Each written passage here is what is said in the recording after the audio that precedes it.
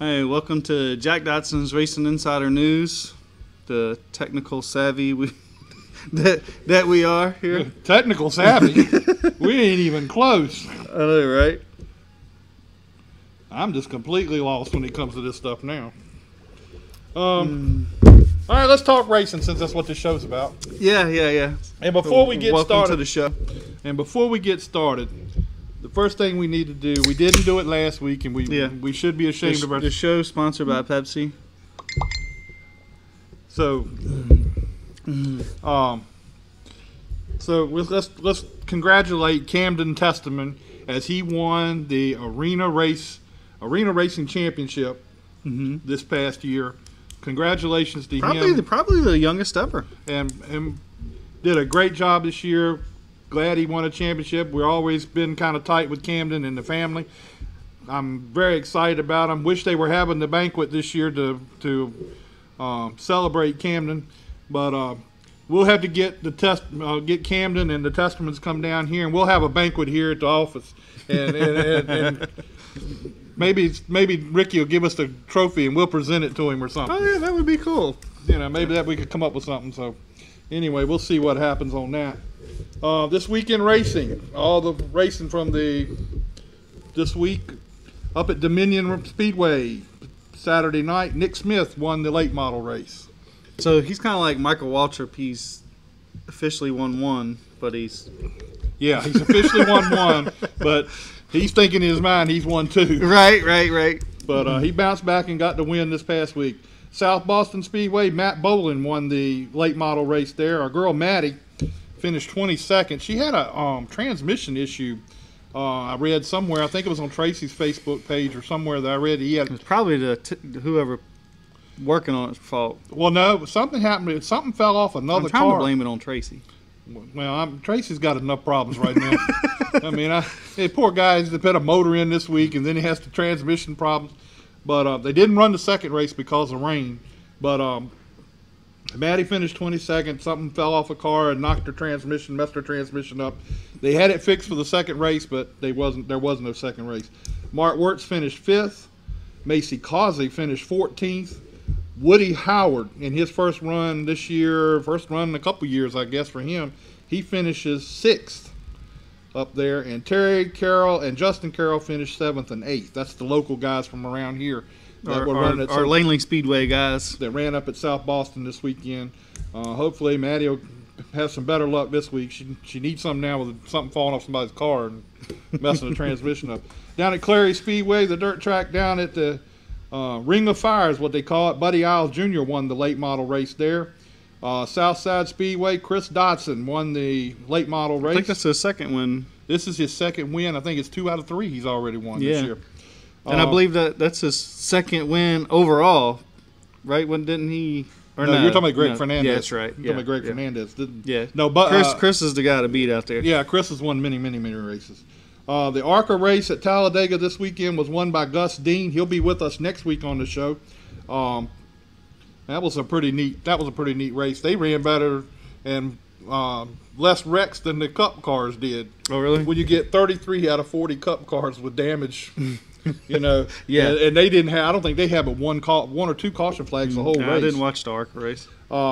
Chris Van Dyke won the late model race up at Lonesome Pine Speedway this weekend. Down at Montgomery, they had the pro late models, the show called Show Me the Money dual late model races. And it was some guy won that race, right? Yeah, some guy. But Sterling Marlin had the pole in his Phoenix Racing Chevrolet. That was kind of neat. I don't know if you saw pictures of it or not, but it was cool. Justin South won the first race, and Casey Roderick won the second race.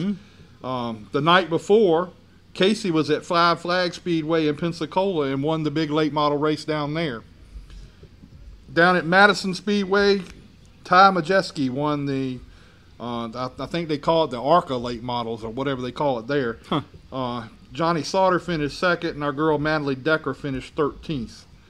And on a personal note, also want to pass on our condolences to a good friend of mine, Folis Jones. He was a road racer, was still racing in his 80s. And he was racing all the way up. Matter of fact, I saw him last year in October. He had just come back from somewhere down in Savannah. I think they had a racetrack in Savannah. He had raced down there, and he was coming back, and he was preparing to go to Daytona for a road race down there. He passed away last week, and so I want to send my condolences out to the Follis Jones family, Chip, and all those guys that in the family. Our thoughts are with you, and hopefully I'll be able to see you real soon. I told you I was going to try to get in touch with you and get to see you soon. The Sprint Cup race this week. They were both two good races. They really were. The Sprint Cup race was really different. It was action packed. Oh yeah, and there was 33 out of 40 cars that got damaged, and they said it looked like Martinsville when they come off the track. And if you look at, and did you see Austin Dillon's car? I think the hood or the front end was, jacked up was an understatement. It had no splitter. I heard Slugger Labby today. No splitter. They tied everything down as best they could, taped everything down as best they could. He said they wouldn't have never, if they were out front, they weren't going to go nowhere. Yeah. He said, but as long as they were in the middle and pushing, they were going places. I thought for a little bit that he was going to win it for a minute there. I did too. And Chase Elliott had a great run. Of course. Oh, but let's go to our picks for the week too. Might as well bring that up. Yeah. Let's bring that up. I won, and I ought to get 2 points for winning. I ought to get 2 points because I actually picked the race winner. You know, we go by whoever finishes first. None of us have won. Oh, yeah, let's change the rules. I'm not changing. I'm just saying it ought to be that way. Anyway, I had Brad Keselowski. He won. Clayton, you finished second. You had Clayton's not going to be on until 7:30.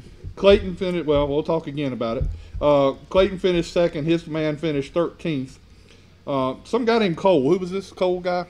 New listener. Cole Walker, I think is his name. Something like that. He had Chase Elliott. He finished 5th. And there's this guy named Scott Allen that picked Dale. I thought I just for sure I was going to win this week. You picked Dale Jr., and when he was the first car out of the race, and I like Dale Jr., don't get me wrong, but I was thinking of you. And when he fell out of the race, I said, ha ha, there we go. I got this one. And I did get it. That was pretty cool. So, and the racing on Saturday, that was a pretty good race too. Yeah. I'm not really feeling. I was with you Saturday when all that was going on. Yeah, we saw the replays, and then I watched the race when I got home. But I still, I understand that when they throw the caution flag, that's where the race is froze. Yeah. And when they threw the caution flag, Elliott Sadler, he was down there, but the whole field was going by him. After watching the replay, I was like, okay, but you had two guys that don't have great equipment that finished up front. Brenden Poole did a he's got good equipment. Yeah, but I'm saying he had a great race. I mean, for the kid, he's been working real hard to get there, and then to be that close and go across the line first and finish third. Yeah. I mean, that's pretty rough. And then you had Jeremy Clements had a good run. Yeah, Jeremy. With his own team, I forget where he finished 5th or 6th. He was right up in there. It was neat to see. And how about in the Sprint Cup race, Landon Castle running up front again this week? Yeah, and doesn't piss, making Harvick mad. Yeah, he done pissed some people off. And I heard today on the radio, Slugger Labby said if he wasn't doing good, he wouldn't be making people mad. That's right. But he had a good run. Michael McDowell was in the middle of a good run. Yeah, he got taken out. Yeah, he really did. It was a race where you had some guys there that don't normally run up there had a shot to win, and of course, the big one hit and took everybody. Yeah, I was hoping Michael was going to have a good run, so when we go to Charlotte, we could go talk to Bob, and I wanted to see him at Richmond, but I didn't see him anywhere. Who's that? Bob, him and Bob Levine. Yeah, Bob Levine. Yeah, I didn't see him either. Tracy says, "What's up?" Hey, Tracy. Jack was trying to blame you for the transmission a while ago. No, I was not. I did not. I was defending you. I told him what you said. I did not say you had anything to do with that transmission. I just said you had something fall off another car and messed your transmission up, and had it fixed for the second race, but didn't quite. Man, this thing. I like how you just switched over. I guess until our camera comes back. All right, anyway, we're still going. Facebook Live. We just have one of these. We have one of these little technical glitches every now and then. Seems like more often and more often. Yeah, we're gonna have to. Mama Testament said hi. The newly crowned arena racing champion's mother. And and Miss Testament, while you're on the line here with us, or on the Facebook Live, I think I have an idea. They're not going to have a banquet. I say let's have a banquet here.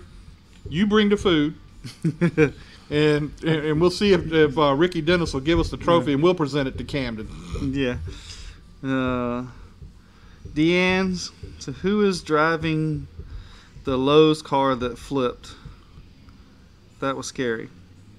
The Love's car. Oh, that was Chris Buescher that flipped, and that was kind of a scary crash. Actually, to me, the worst one. Who was it hit the wall on the inside on that little thing that came out? Michael Annette. Yeah, that actually was a worse hit than Chris flipping over.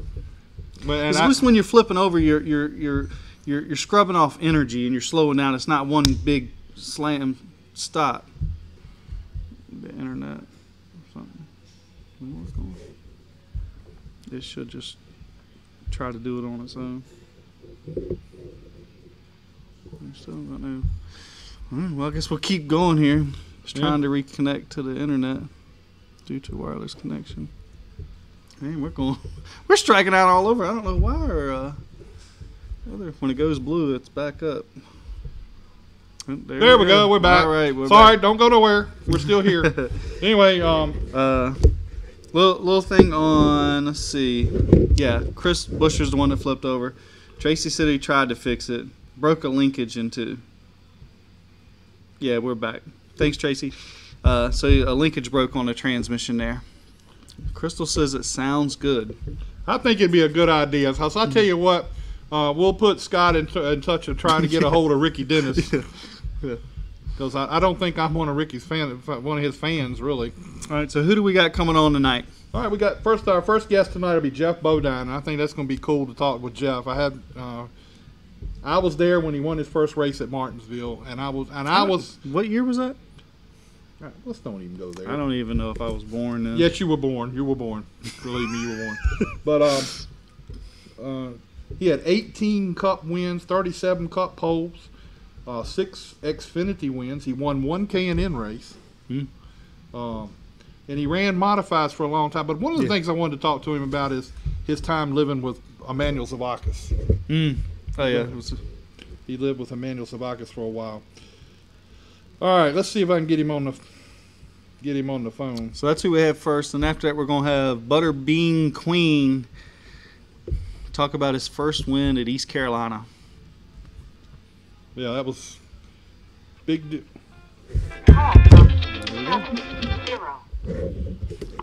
Good evening and welcome to Jack Dodsons Racing Insider News. How you doing, Mr. Bodine? Hey, I'm doing great. Doing fantastic. I'm glad, and we're really excited about having you on here with us tonight because I've always been a fan of yours, and I was there when you won your first race at Martinsville, and I thought that was real cool. I mean, I got to be there for that, but it's great to have you on. Well, it's always good to be on where I can say hi to the fans and maybe give them a little insight of what's going on and just stay in contact with the fans. You know, not driving, it really hurts because I'm not out there around the fans anymore. And of course, I do coach and mentor Bo Lamassus. He races the ARCA series, right? Mm-hmm. So I can get out a little bit and see some friendly faces, and of course, in that series, you see a lot of mechanic crew chiefs. Mm-hmm. Yeah, they moved back. Excuse me. yeah, from the excuse me, from the past. That it's great to be around, but I appreciate being on. I'm glad you got up with me and invited me on. Well, we're really excited about it, and I was looking through some of your statistics today. I knew a lot of them, but I read where you had 18 Cup wins. I thought that was really. I thought you had a little bit more than that, but 18 was a good number of wins. Well, I also won more races at Daytona, the Bud Shootout, back when they call it that, the qualifying races, won the All-Star race in Charlotte. I had the 7 team after I bought that team after the late Alan Quickie passed, and should have won more. I blew a lot of engine in my career. I guess I was trying to go too fast. I don't know. But it still was a great career, and I'm proud of it. And I probably the most proud I am are some of the innovations I brought to NASCAR. I was the guy that brought that power steering in to NASCAR. They weren't using it before I got into the big league. Brought the full face helmet. I was criticized when I wore that thing. When I laid down, I said, "It's no wonder you keep backing into me. You can't see where you're going." So, because I don't believe I was backing into him. And the modern day seat that Raina Joy built some, Brian Butler. Of course, they had that carbon fiber, very expensive seat, but I developed that. When I came in, they were using the seat out of a school bus. They call it a banjo seat. Yeah. And so, and then a few other suspension things. The rear anti-roll bar is a thing I brought into racing, and because they outlawed a lot of things I brought in, like three-week suspension, and and then we had a super duper track bar thing that held the rear end in line, and they outlawed that. So not everything I brought into racing, they allowed us to keep. I had a great braking system that was actually safer. It would avoid a lot of wrecks, but they outlawed that. So, but the things that they kept, I'm proud of. It's hard to. I'm a Yankee. I'm from the Northeast. Yeah. Heck, it was just hard to get down south to race with in NASCAR, but to add something to the sport and something that'll be around for quite a long time. I'm pretty happy with that. Very fortunate, very blessed. God gave me talent. He gave me opportunities. He led me to be with the right people, and it all kind of worked out pretty good. Plus, that little accident I had in Daytona in 2000, there's no question he reached down there and saved me, kept me alive. So I'm a very blessed guy. Geoff, one of the things that I've heard a lot of talk back in the day. I'm good friends with Butch Savakis, and I heard that you spent some time up there with Emmanuel, and I heard some stories about it. Tell us about your time with Emmanuel Savakis. Yeah, great times. Actually, Sonny Hutchins introduced me to Emmanuel. I was a South Boston Speedway driver for somebody, and he said, "Hey, you got to talk to Emmanuel. He wants to run full time." And I don't want to run full time. I got a restaurant and stuff. So I did. I went to Emmanuel and Butch and his brother, and we put a deal together. Went over there and built a late model car. And Sonny was still driving once in a while, but we ran more than he did. And I actually, I lived in a mini motorhome. Yeah. Out in the parking lot at the shop. Yeah, I remember Butch. I remember Butch telling me about that you lived out there for a little while. Yeah, and across the street was a impound area for cars. Police would haul them in there and lock them up. heck, in the middle of the night, people would be breaking in and trying to get their cars and all that stuff. I told the boys, I said, man, I need a gun. I got to have some protection. I don't know what's going to happen. So they went and got me a gun, and I guess I felt safer. I don't know. But thank goodness I never had to use it. Well, that stock car products, where stock car products was in that day and time, was not in a very good section of town. That's for sure. Well, I'm glad you said that. I wasn't going to say that, but I'm glad you did. It was pretty rough over that way. Yeah. Of course, all the smell, the cigarette, tobacco smell from the cigarette companies, and yeah, it was pretty rough over that way. But I lived there in the wintertime and worked on a car at Golden, and I actually lived it through the summer because I was up there after the race. I had to clean it up and check it out and repair it, and so we raced the next weekend. And my family was down in near Greensboro, North Carolina. Yeah. And I did that for 2 years. And at the end of the second year, I said, man, I appreciate what he's done, but I can't do this anymore. You know, I love my family. I had 2 boys. And, so, we split ways. But through that, we built a cup car. Yeah. Built an Oldsmobile. Yeah, my fan club raised a lot of money. Of course, Manu put some in, and Butch and I and the boys built man, it was an awesome car.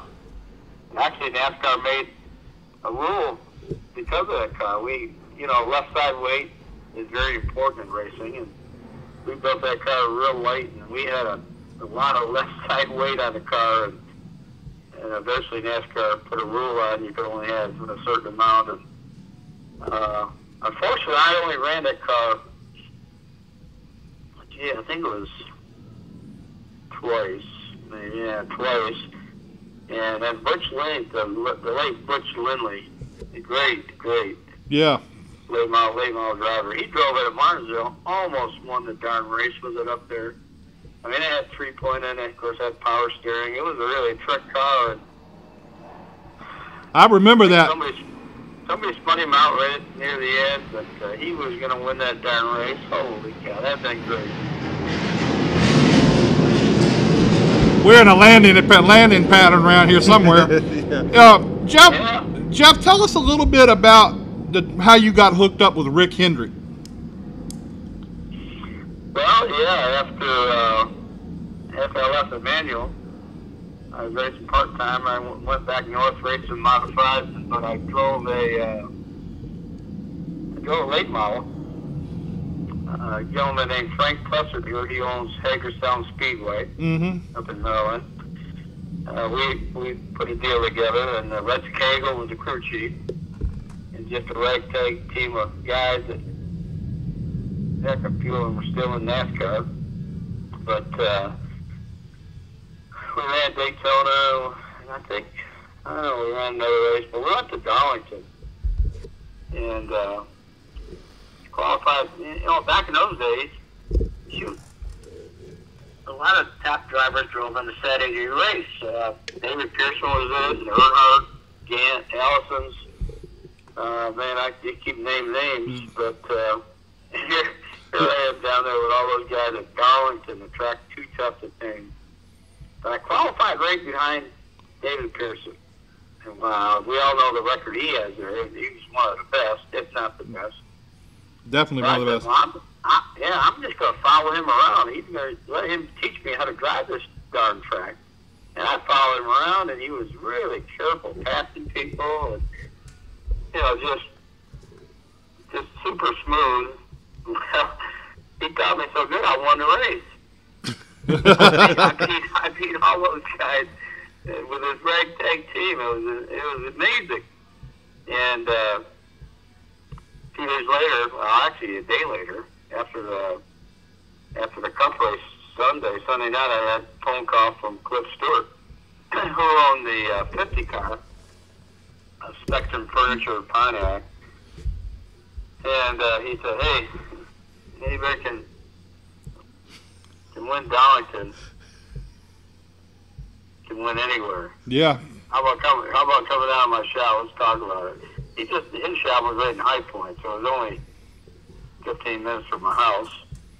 And I went down there, and we shook hands and had a deal. And the good thing was, after that race, there was a week off. And the first race we went to was North Wilkesboro, and Dale Bryant was the crew chief. And he said, "Hey, I know you run that power steering. You want to put it on?" And I said, "Heck yeah!" So I got all the stuff for him to put it on there. And that was the first race that a Cup car, modern day or that era, had power steering on it. That's what got all that going. Of course, Dale Walker tried to get it outlawed. He said, "Hey, that's bad. That power steering breaks. That boy's gonna wreck everybody." Well, I finished the race that day. We didn't win, but I jumped out of the car and went over to DW. "How you feeling, DW?" And he said, "Well," and I'm ready to go another 500-mile lap. But and we went to Darlington, and I don't know how many races later it was. And Bobby Allison put power steering on his car. He won the race. I finished second. Well, of course, then the next week, half the field had power steering. It wasn't just about making it steer easier. You know, Unar used to tell me, "Hey, Wimp, you got that power steering on?" I said, "Well, Dale, one day you're going to have it." "I will not have it." Every week he said, "Hey, Wimp, you got that power steering on?" Well, eventually Dale put it on, of course. Because you could set the car up to make it handle better. It wasn't about easy steering. It was more about making the car handle better. Of course, now every car, well, just about in the whole United States and around the world, they all use power steering. Yeah. That's to get that. But then from there is when Rick Hendrick and Harry Hyde decided to go Cup racing, and so that's partway through the second year with Cliff Stewart. Harry Hyde called me up. He said, "Hey, now they talked to Earnhardt and they talked to Richard Petty. Of course, they both had good deals, so they weren't interested in going with a first-time team, a car dealer from Charlotte, small car dealer back then. That was huge, but I went down there. They said, 'Come on down.' Harry Hyde said, 'Come on down, Bodine. I want you to meet somebody. You want to start a team.'" And Rick has told this story many, many times. You know, we went into City Chevrolet, into his office, and we talked. And Rick only could sort of guarantee maybe 15 races. Well, that's not the full schedule. And I had a deal where I could run the full schedule, but with the deal came Harry Hyde. Of course, Harry Hyde was a winning crew chief, you know. Yeah. A legend in the sport. Yeah, absolutely. And I said, "Man, if I can get with Harry Hyde, he can teach me how to win these darn races." And so I even though it was only about 15 races, I said, "Yeah, I want to do it." And it was because of Harry, not Rick Hendrick. And so Rick said, "Well, of course, back in those days, we didn't have cell phones or anything like that." Mm-hmm. And Rick said, "Well, you know, let Harry and I talk about it, and we'll get back to you." Of course, I said, "Well," and I really wanted this right. I said, "Well, Rick, do you mind if I just wait out in the waiting room for your answer?" Which I did, and that impressed him so much that I wanted that ride so bad that I wanted to wait for the answer, that 5 minutes later he came out and said, "You got the job." And so that's how Hendrick Motorsports got started. I wasn't their first choice, but I think I was their best choice. Well, Geoff, I tell you one thing. I'm glad you got Hendrick Motorsports started to look at what it is today. I mean, it is unbelievable, and I'm glad you got it started because it gave my son somewhere that he's working at Hendrick. So I'm glad you did it. Well, I mean, the rest of the story is after our 7th race, Rick came to Harry Hyde and I and said, "I'm sorry, guys. I've spent a lot more money than I thought I was going to have to spend." He was just a small car dealer then. Yeah. And he said, "I'm going to have to shut the doors." Dang. Well, And Harry and I were like, wow, gee. Well, and Harry talked Rick into going to Martinsville. He said, look, we got the cars ready. It won't cost any more money. You know, Bodine, you know, Harry had to talk like that. Bodine. he's won a few races there in the modifieds and the late models. And I think we can go up there and have a chance. So Rick said, okay. Well, Rick and his wife and Linda went to Greensboro to a church convention. So they weren't even at the racetrack that Sunday. Wow. Actually, on Saturday, my birthday used to fall around the race at Martinsville, that first race, April 18th. We had a little fan club get together and had a tent, had some people in there, and had a microphone. Harry had the mic, and he talked away. He loved to talk. He said, well, Bodine's running pretty good in practice, but, you know, I just don't think they have a chance tomorrow. There's a lot of good cars out there, and, you know, I don't think they have a chance. Man, I got a little upset. I grabbed that mic and said, I don't know what you're talking about, Harry. I think we're going to go out there, because I knew how good the car was. I said, we're going to go out there. I'm going to win that darn race.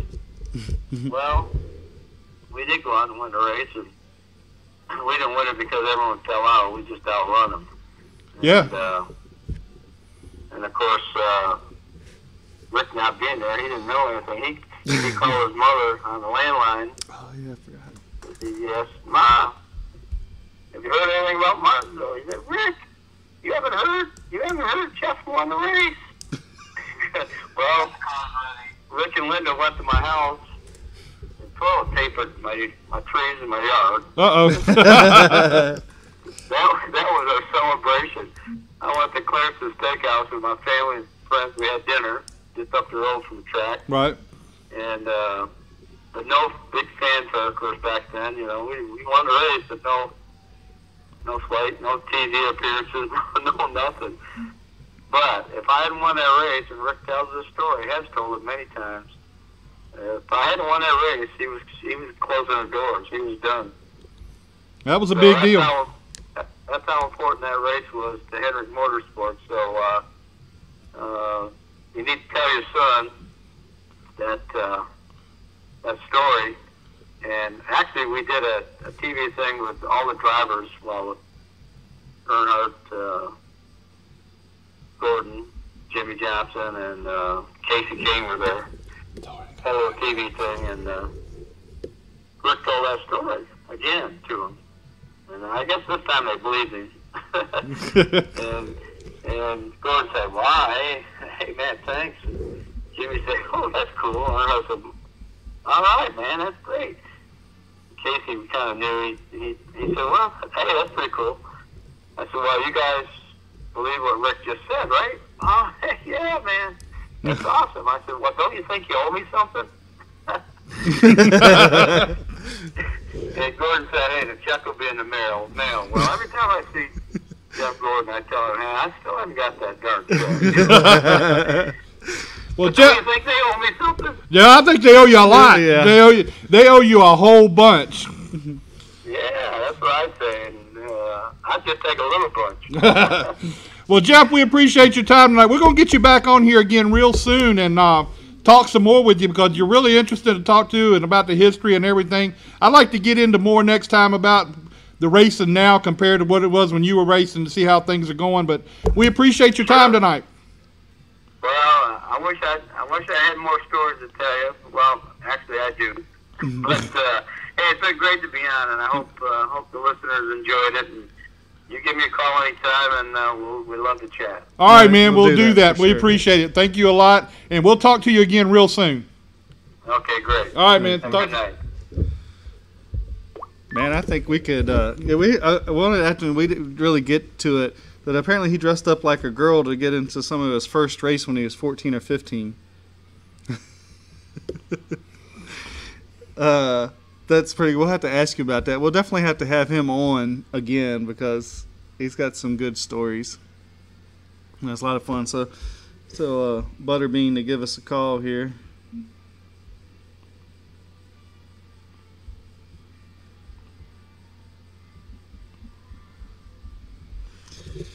Butterbean winning his first race, East Carolina Motor Speedway.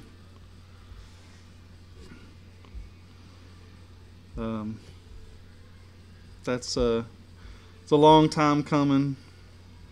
I can imagine he has got some stories that, you know. All right, Butterbean, come on, Butterbean. Yeah, I just messaged him. He just seen it, so he'll be should be calling us here in a minute. Yeah. But we could definitely do like a whole show and talk to him because he seems very that would be fun. Call from 7. All right, Brenden Butterbean Queen, how you doing tonight, man? Good, how y'all? We're doing great, and we haven't talked to you since you won the race at East Carolina. Man, I know that was a big deal for you.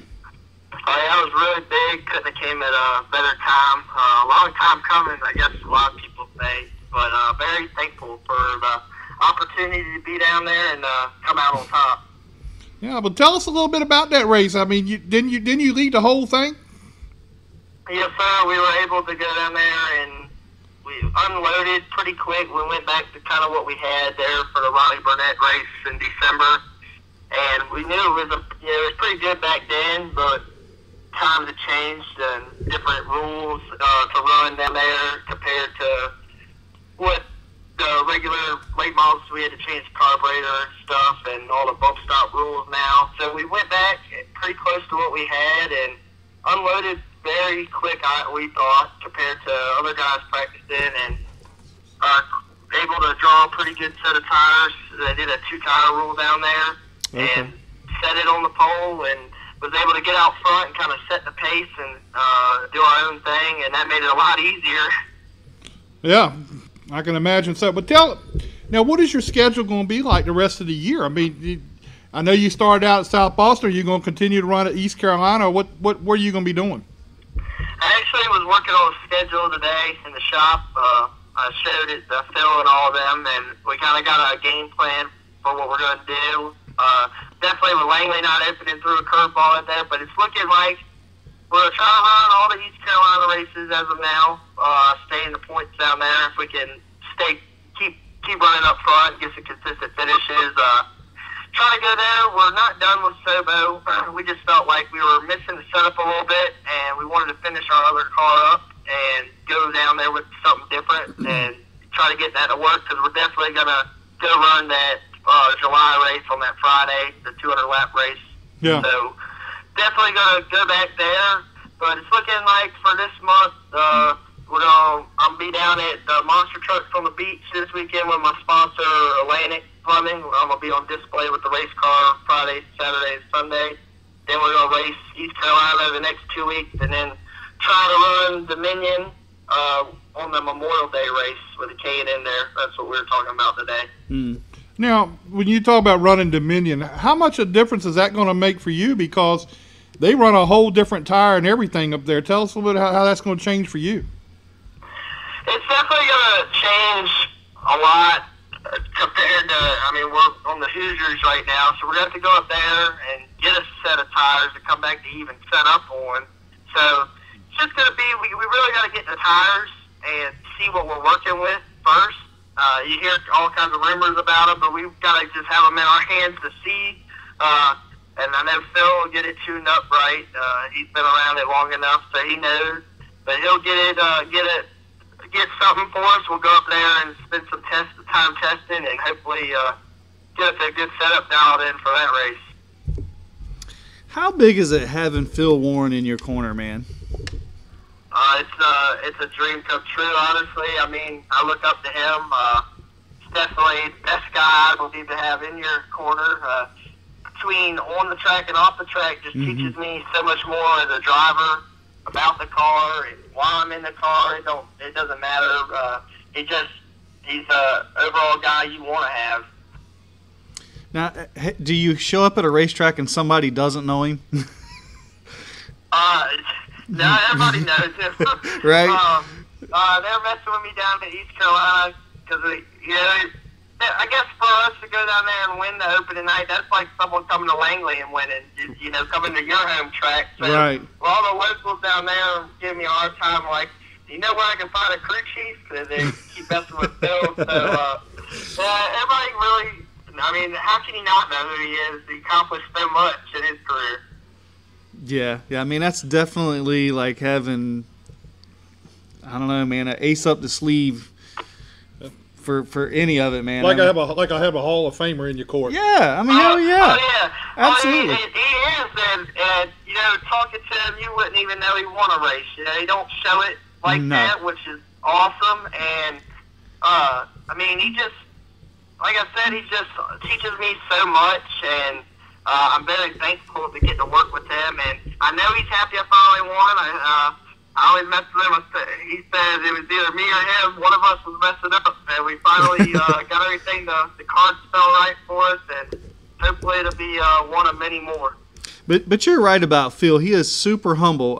I mean, a year or two ago, I told him, I said, Phil, I'd like to have you on the show because he's got a ton of stories and he's had a ton of success. And he said, why don't you have my boy on there? I said, who? He said, Butterbean. I said, we've had him on. But we want to have you on. But I mean, Phil, he don't like to talk much. I could probably get him on the show if I was on here or something. He'd probably get on. I got him on the news with me the other week. Yeah, I see that. He's not much of a talker and stuff like that, but I think we can work something out and get him on here. Yeah. Now, Phil, I've known Phil since I was like 16, and just one of the and the great stories kids. he can tell is, I mean, he's got so many stories. Some he can't tell, some he can't tell. So he's got a bunch. So how much did your phone ring, or how many messages did you get after you won East Carolina? I mean, you had to feel like that had to have been like a monkey off your back.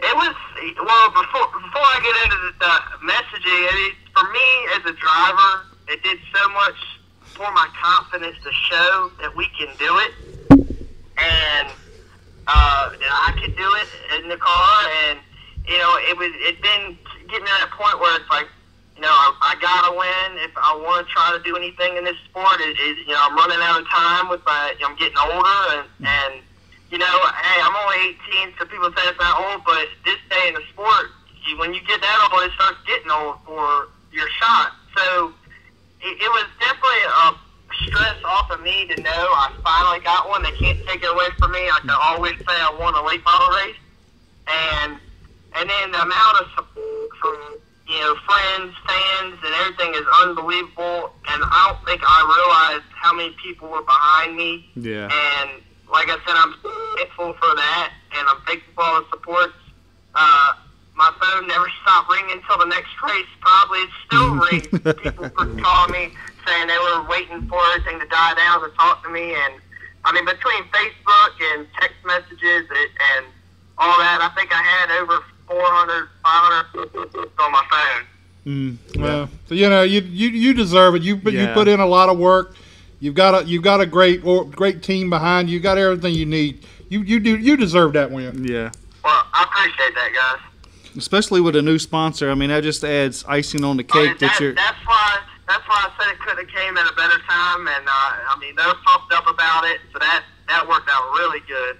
Well, as long as you don't hang around Danny Millard, I think you're going to be all right. I was on display Sunday doing that Cycle for Survival, the cancer program, and I looked. Here comes Danny pulling up in the parking lot. Well, you need to stay away from him because you could get bad habits from him. I asked him if he brought his gold controller, and he said no, he left it at home. So, I'll tell you, he still carries around a gold controller. You can ask George Wood or me. He's still got it, so I don't think it helps him, though. He needs more help than that. He needs that on the go-kart, I think. My mom spit out under caution. Ridiculous. Yeah. All right, Brenden, we'll talk to you later. We just wanted to get you on and talk to you about your win. We'll get you back on here again real soon. So give your sponsors a shout out. Yeah, give your sponsors a shout out and get another win, too. Oh, definitely. I appreciate y'all having me on here for sure. It's always a great time, but I'll just give a shout out to Atlantic Plumbing, Blend Building Supplies, Sandy Bottom Home, Durglass, Old School Video Games, Virginia Asset Group, Patriot Realty, Atkins Motorsports, and I got to give a big shout out to Clark's Racing Engines for keeping us up front. and my whole team and family, and just thank the man above for keeping everybody safe all season and getting us where we need to be in our career. All right, buddy. man. Good luck, man. We'll talk to you later. y'all. All right, man. Thank you. Bye. He's such a good kid. I know. I love the kid. He's a good kid. And it was so fun to see him finally win. And you could just see the excitement in the video where he about fell off the car, which was kind of funny. Danny will laugh at that. And his crew come over there to catch him, which he didn't need. And the new sponsor and moving forward, that's a big deal. All right, we're going to try to get Krista. He's been trying to call, and it's been my fault. We hadn't had a chance to get him. Well, it's Jeffrey's fault. Hey, this is Christopher. I couldn't get to the phone right now. Oh, great. Thank you.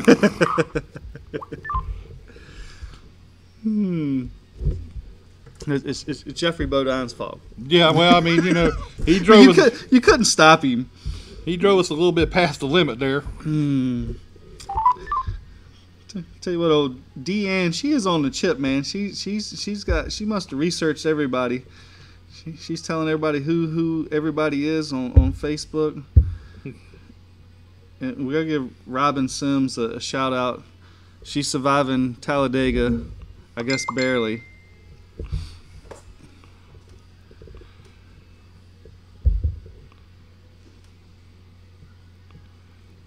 Really?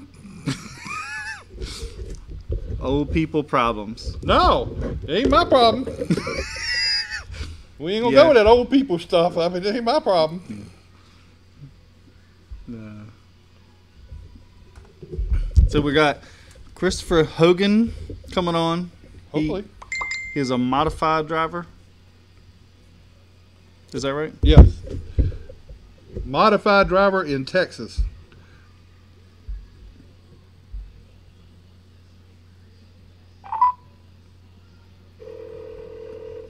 Chris Hogan, Texas, modified driver.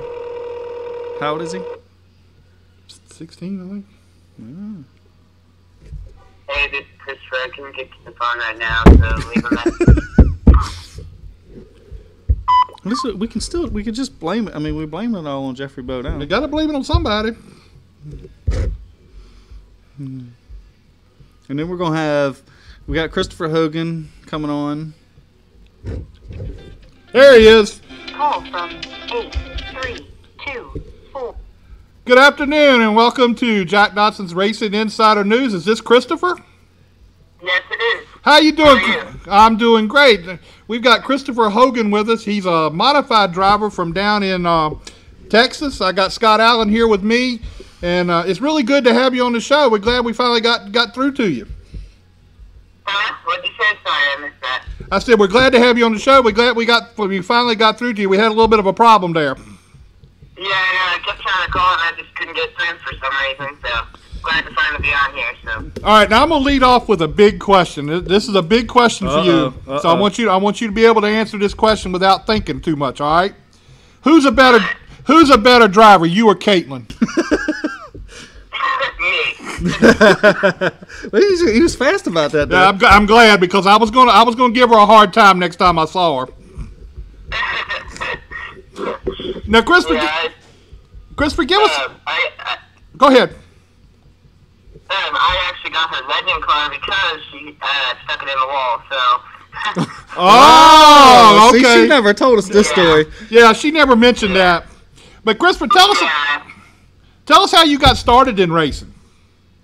Well, my parents were always big fans of racing, and they watched it on TV all the time. And my mom was actually reading a book about Tony Stewart, and something that Tony said was that if he were to just put a kid in the race car, it would be a quarter midget.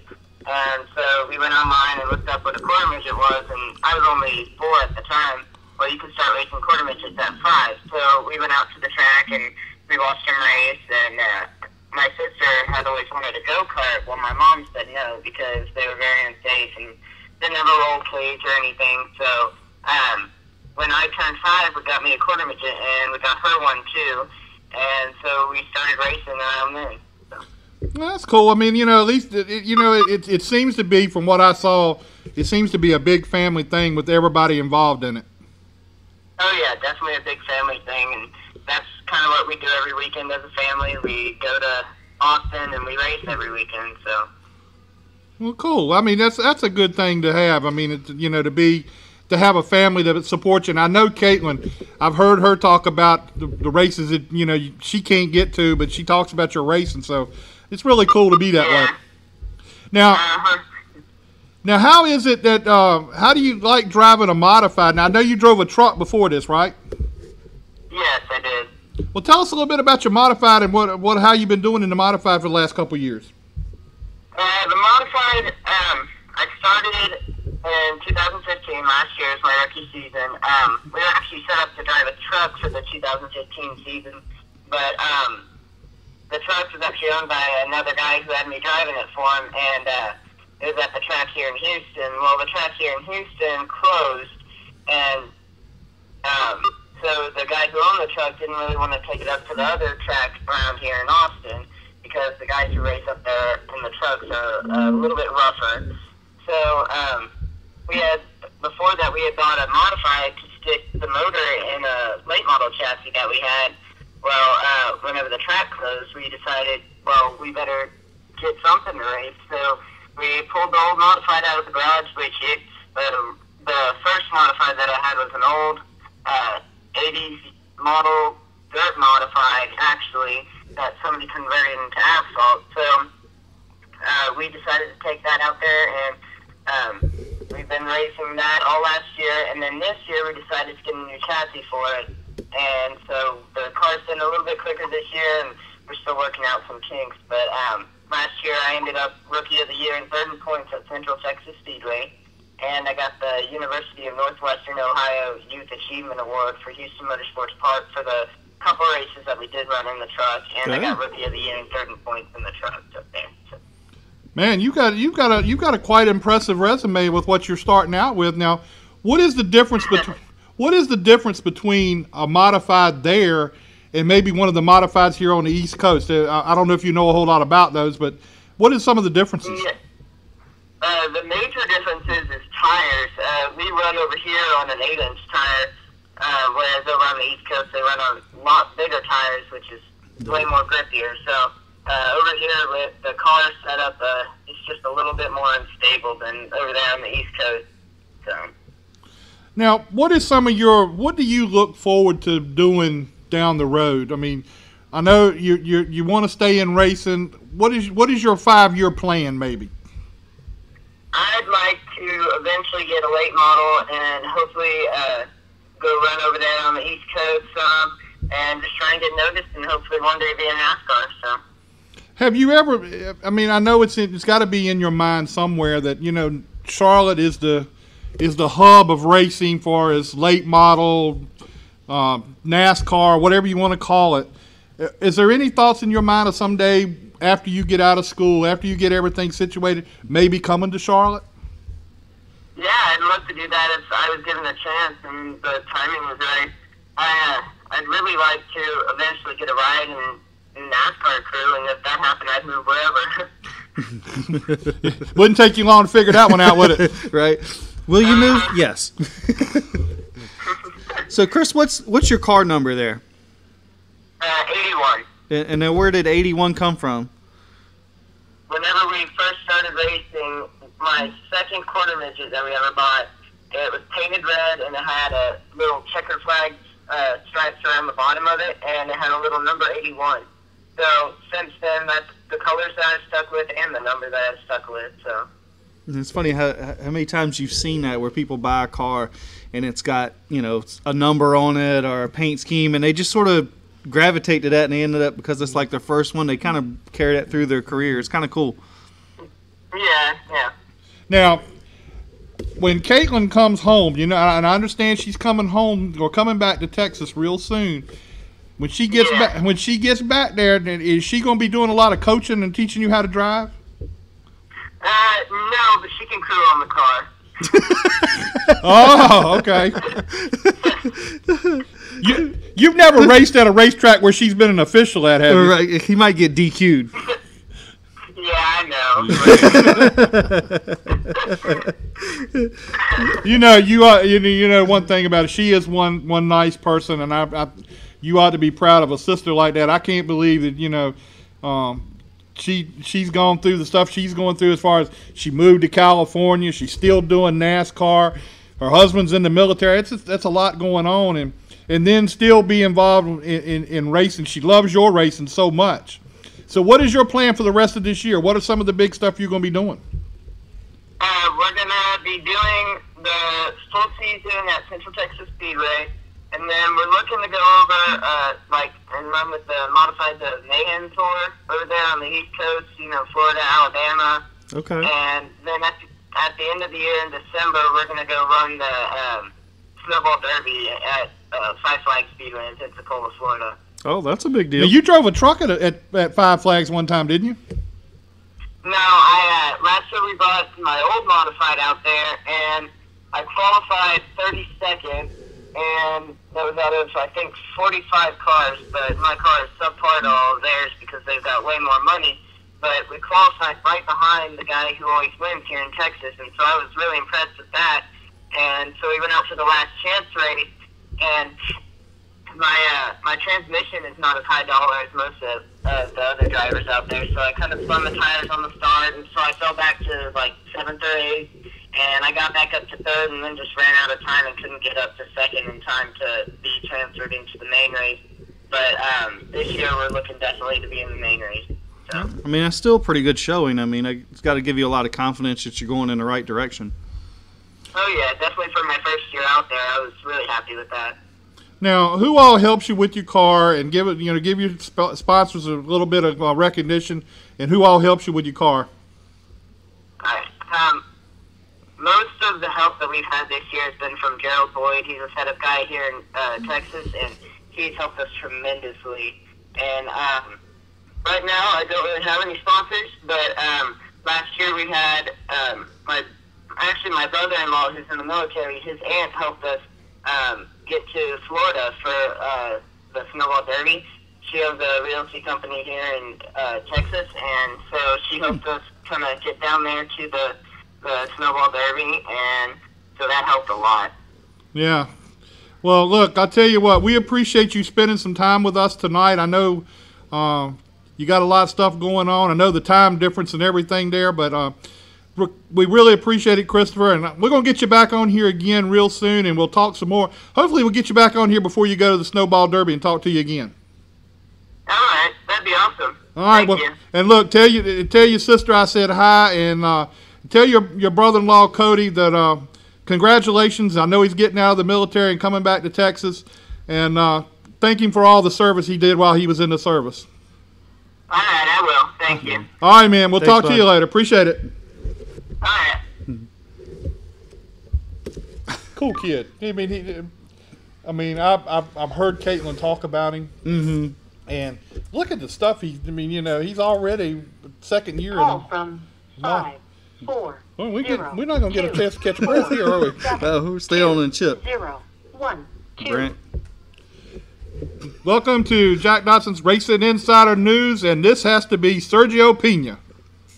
Hey, yes it is. How you doing? Hey, how are you doing tonight, man? I'm doing pretty good. Just getting off of work and finishing up a little workout, staying busy. Oh, okay, cool. Now, tell us a little bit what all took place up at Virginia International this weekend. You seem to have at the middle part of the race, you got a little bit better, but what was going on there? Yeah, so kind of playing the strategy game. That's kind of what got us in position to win last year. The tough part about VIR with the K&N race is that you don't get tires at halfway. So, 55 laps on those tires is quite a ways. So last year what we did is we kind of rode around the dead lap, stayed the tires until a halfway break. We knew there was going to be that break. So, and then from halfway, see where we're at and go from there. And last year it seemed to play in our favor. Got a couple lucky cautions there, and the guys were driving off the track. So that's what we're doing this year. Just riding around in the backstage and stuff. And, when a halfway break got going for the second half there, just unfortunately got turned around there at the end of the straightaway and got some front end damage. And, our race was kind of in pieces after that. So unfortunate there. Now, will you be doing any more K&N races this year, or do you have any plans for it or anything? But right now, not really. I'm going to run some late model stuff up at the Mini Speedway. I'm going to run this weekend actually on Saturday night. And And I think we're going to run again there when the K&N goes to Dominion. I'm going to run that 200 lap late model race. But as far as K&N goes, no, nothing in the plans of right now. It could change. That race was kind of last minute, so hopefully that'll change. He didn't have a K&N ride last year when he won either. That's true, very true. Now, that had to be a big deal, not to have a ride, go up there and you were driving for Jay Beasley, and then you go in there and win that race. Yeah, that was huge. And Jay's one of my good friends. He was my teammate the year before, and we had such a good time in the shop there, and just hanging out outside the track. Jay's such a good dude. He works harder than any driver I've ever seen in the shop. He's there as soon as it opens every day until it closes. So he was so deserving of that ride, and it was tough filling in for him just because you know that he deserved to be there, and so. But it was good to get the win for him. Those guys worked so hard, and Jay was super happy to see that, so that was cool. Now, you say you're going to do some late model racing. Other than that, is there anything else on your plate, or is that just about it? Yeah, so actually we're going to be making an announcement here this week as a plan. And I can talk a little bit about it right now. We haven't made the official announcement or anything, but going to be running some Tampa truck races this year, starting at Dover is going to be the first one. And hoping to run the remainder of the year. So that's the plan. Kind of cool. Another one of those last-minute deals. I'm hoping that this is finally the break that I needed. I've been K&N for about 5 years now, 6 years. And just so hard to get sponsorship or get an opportunity. When you can't fund the deal yourself out of your own pocket, it's hard to move up the ranks. But I think I finally got a break here, so excited to be going in the truck series. Well, that's pretty cool. I will say one of our local guys, Phil Warren, he's very big on you, man. When you won at VIR last year, I was talking to him, and he loves your driving style that you will do whatever it takes. I mean, he was pretty big. He's like, he doesn't care. He'll do whatever it takes, and he can take it back. And to me, I've known Phil since I was like 15 or 16 years old. And that's big. I mean, coming from a 8-time champion over at Langley Speedway, it's just a shout-out for you. I mean, it just says a lot for you. Well, no, that's awesome to hear. And, yeah, some good work. I've worked with him before. He's been there with Rev and helping out. So that's been awesome. That's really cool to hear. It's tough because, racing is one of those sports where it's such a team sport, especially when you have teammates. You can learn a lot from each other, especially in practice, trying different things. But as far as the race goes, you really do have to do whatever it takes to win. And that's why it's really important, to be good friends with all of the drivers. I really try hard to be nice to everybody, to get along with everybody, because it does help when you're out there on the track. If you're walking down the pits with your nose up, if you think you're better than everybody else, the drivers notice that, and it's just not a good thing. You want to have that good relationship outside of the car. That way, when you're in the car, everyone understands, hey, he's racing hard. He's not some jerk that's just out here wrecking everybody. So I think that's pretty big. Yeah. So are you still in Northern Virginia, or are you going to be going down to the Charlotte area? I think I'm going to be going back and forth quite a bit. Honestly, I'm going to spend a lot more time down in Charlotte than Northern Virginia. But I got a pretty good gig going up here, too, with the government training and driving stuff. Obviously, I'm going to have to give that up for the truck ride, and that's number one, of course. Mm-hmm. But, we have a pretty big break in July that I'll probably be up here most of July doing the instructing stuff, which I want to, keep sharp enough to. But, as far as Charlotte, I'll be down in Charlotte the majority of my time.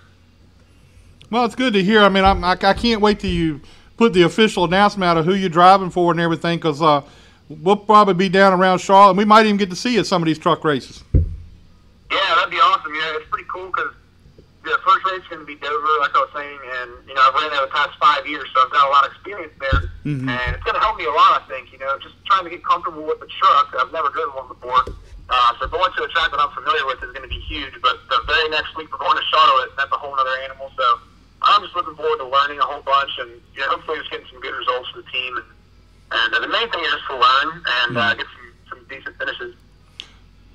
Will you be able to do any testing beforehand to get used to the truck? Unfortunately, I don't think so. This is coming up so last minute. The original plan was to do the first race towards the end of the year, towards the fall. And I guess something came up, and we got an opportunity to run Dover for the first one, which is awesome. You know, as a driver, you're ready to get in the seat yesterday, you know, so Right. I'm excited for it.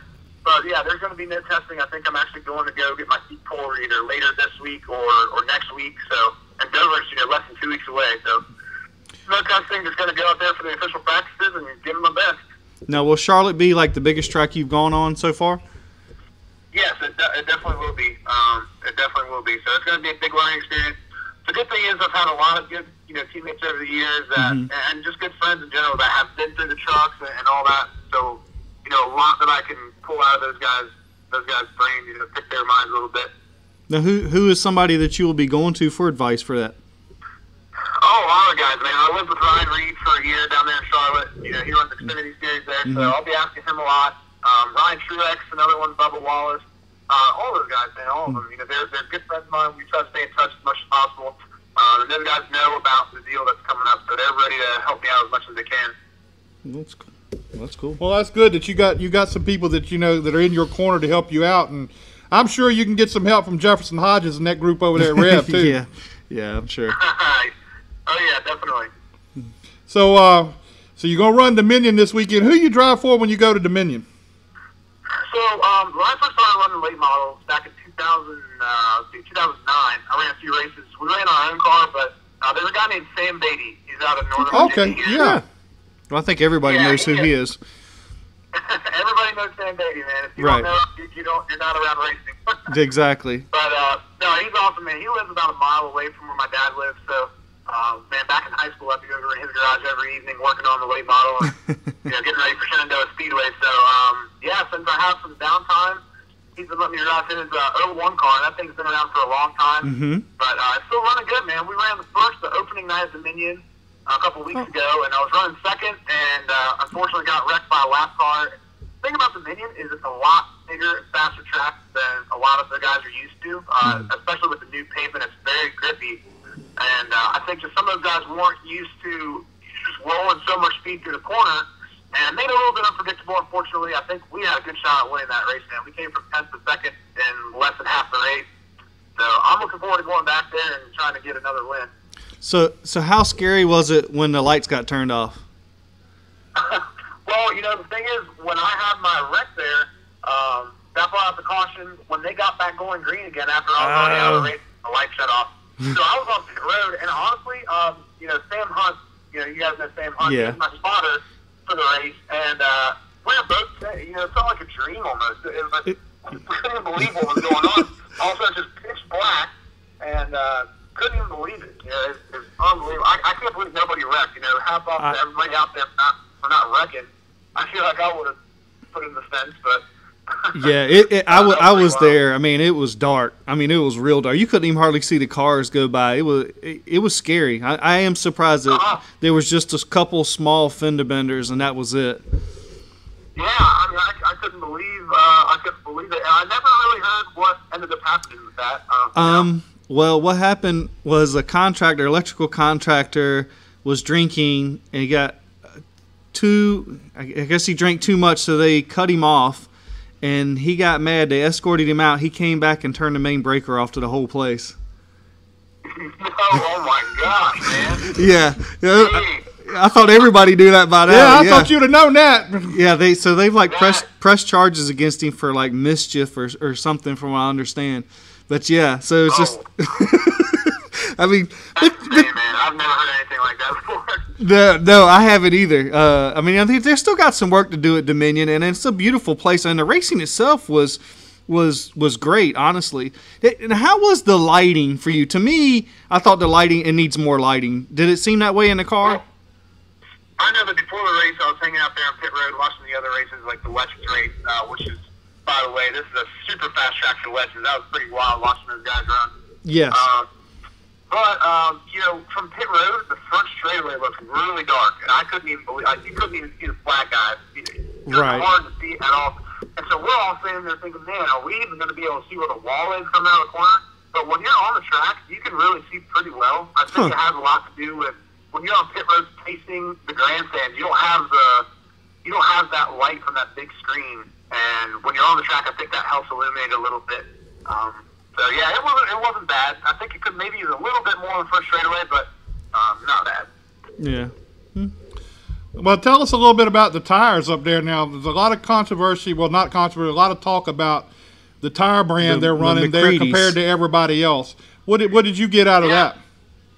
I thought that was pretty interesting, too, because I'd never even heard of the McCreary's before, but I really like them. I don't know if it has to do with just the new surface having a ton of grip or what, but I know that when we were testing there the night before on Friday, we made like 3 30-lap runs, and we were at our fastest times at the end of the third run. So, 90 laps on the tires, and we were ranking our best time. So, obviously, they don't fall off too much. It could be because of the track just being so new. There's a ton of grip out there, but, I mean, they seem to be handling very well. I like them a lot. Well, that's cool. I've heard a lot of different stories about them, and I was just kind of wondering what your take was, being that you were doing some well there to go up to second place, so you had a good feel of it. Yeah, the car was good. It was good on long runs, too. That's what we were kind of focusing on practice. That's why we did those longer runs. Not really sure with the track being so much bigger how many cautions there were going to be. So, we'll focus on that. I think we'll probably have the same kind of strategy going back. The cone deal was interesting, too. I've never done the cone restart thing, so that was kind of cool to take advantage of. I picked the top side every single time, and sometimes I got a spot, and the cool part about that track day is you can run up top, and I think when K&N goes there, they're going to be running way up there, and I think it's going to be a really cool track for the K&N series. Yeah, I think so, agree too. Yeah, it's going to be a lot of fun.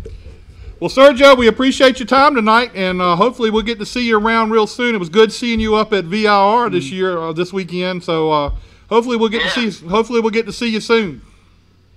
Yeah, definitely. I appreciate it. Thank you guys for having me. It's good to talk to you. All right, man. We'll talk to you again real soon. All right. All right, sounds good. Take All care. right, man. Bye. But Phil was really high on Sergio when we seen him last year at VIR and to win the race. I mean, he got a couple gifts on that deal, but A little warm in here.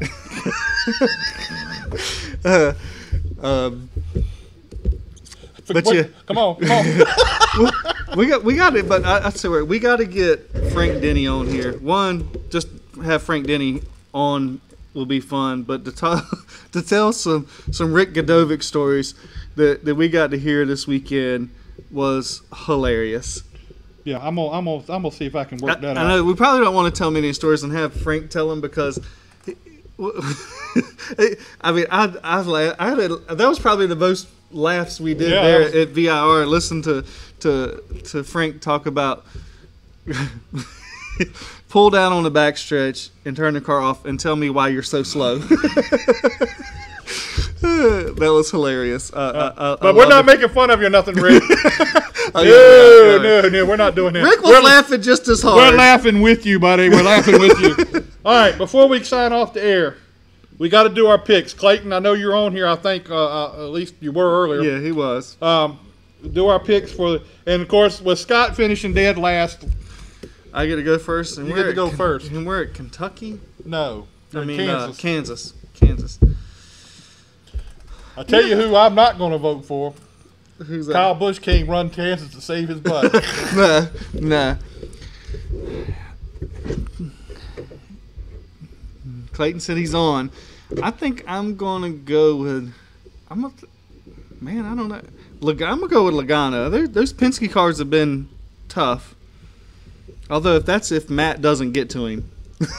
Yeah, I think there's maybe he better have his seatbelts tight if you could read Matt's lips. All right, Clayton, it's on you. You finished second again. I got my fourth win this week, so not that he's bragging or rubbing that in. Since you're on here now, he's going with the 20. Oh, now look, if the 20 wrecks Logano, that's pretty cool. I mean, that's going to be. It'd be nice if y'all take each other out. Take each other out in this race, and well, I'm going to tell you who I'm going to take, and I'm going to be a little different. I'm going to be a little different again this week because I can do that because I won last week.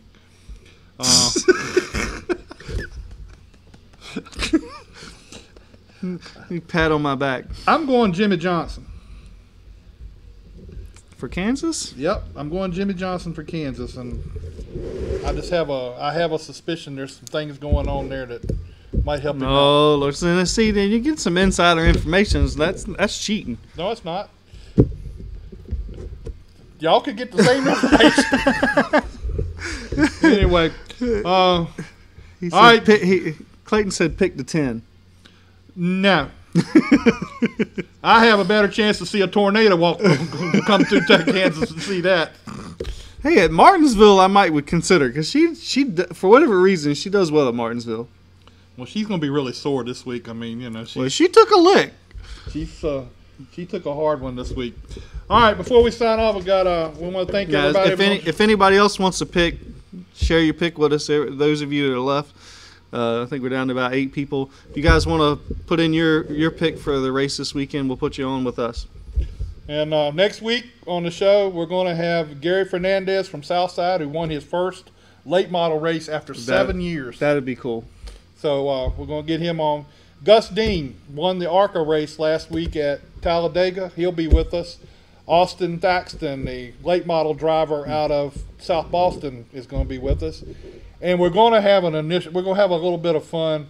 We're going to have Richard Petty's cook. Spanky. On his, he goes with the teams and cooks for the team. We're going to have Spanky with us next week coming up. So we can't wait for Clayton that. wants to know the standings. The standings are, okay, I'll give you the standings. I got 4 wins. Scott's got 4 wins. I think you got 2. Oh, has he got 2? I think so. Didn't he have 2? Oh, I thought he had 1, but I'm not sure. I'll have to go back and add it up, but I think it's 2. So, is that okay, Clayton? So I'm first, and you're just right behind me. Who? You. How are you first? Because I won first. Well, I tell you what, when you pick the winner of the race and also win the thing too, you ought to get 2 points for that. Really. Because I picked the winner of the race. Oh. Clayton, what are we going to do with this guy? I picked the winner of the race. So, anyway, Scott and I need to get out of here. Yeah, I got the heater does work in the camper, so when we go to Charlotte, I hope we don't need heat when we go to Charlotte. That's true. I don't want heat in Charlotte. Clayton said he doesn't have a sponsor. He's a small team. That's a good one. Well, you're with us, Clayton. You'll catch up eventually. Well, no, maybe not. But as long as I pull ahead of Scott this week, I'll be all right. All right, guys. I guess we'll see you guys next week. Talk to you then.